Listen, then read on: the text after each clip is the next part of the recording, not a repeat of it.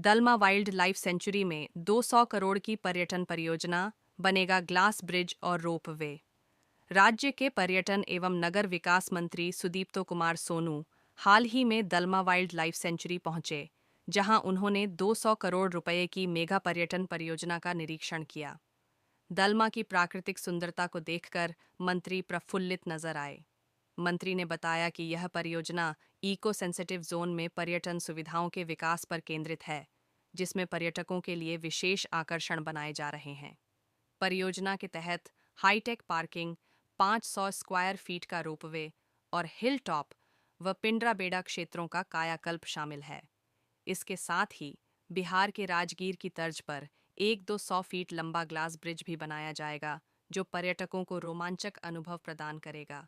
इसके अलावा multiple guest house, पुराने मंदिरों की मरम्मत और सफारी की बेहतर व्यवस्था भी की जा रही है, ताकि पर्यटक यहां ठहर सकें और जंगल सफारी का आनंद ले सकें। हाथी आतंक पर पूछे गए सवाल पर मंत्री ने कहा कि जंगल के भीतर ही भोजन की पर्याप्त व्यवस्था की जाएगी, ताकि हाथी बाहर न निकले। सरकार इस दिशा में ठोस कदम उठा रही है। गौरतलब है कि दलमा वाइल्ड लाइफ सेंचुरी जमशेदपुर से मात्र 10 किलोमीटर दूर स्थित है और हर साल यहां 60,000 से अधिक पर्यटक पहुंचते हैं। इस परियोजना के पूर्ण होने से न सिर्फ पर्यटन को बढ़ावा मिलेगा, बल्कि स्थानीय अर्थव्यवस्था को भी मजबूती मिलेगी।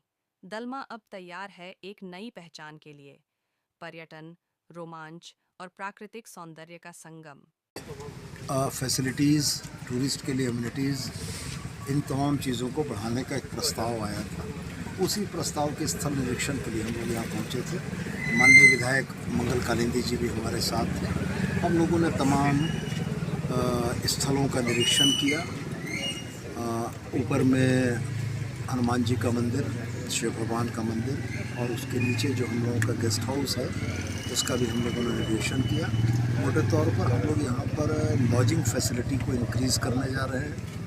हम लोग कॉटेजेस की संख्या ऊपर भी बढ़ाएंगे, यहाँ भी बढ़ाएंगे। साथ में सफारी के लिए व्हीकल हम लोग प्रोवाइड करने जा रहे हैं वन विभाग को, कि सफारी के कामों में एकरूपता रहेगी।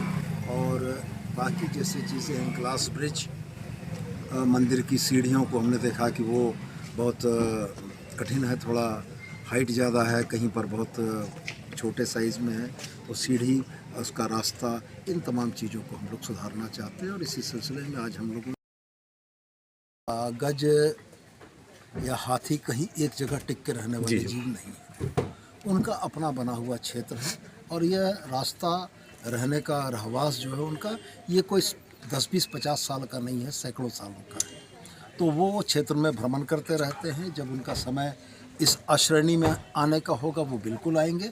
और रह गया सवाल, ये निश्चित रूप से हम लोगों के लिए बड़ा महत्वपूर्ण है कि मैन एलिफेंट कन्फ्लिक्ट को हम लोग मिनिमम कर सकें और जंगल में हाथियों के लिए फूड की व्यवस्था कर सकें।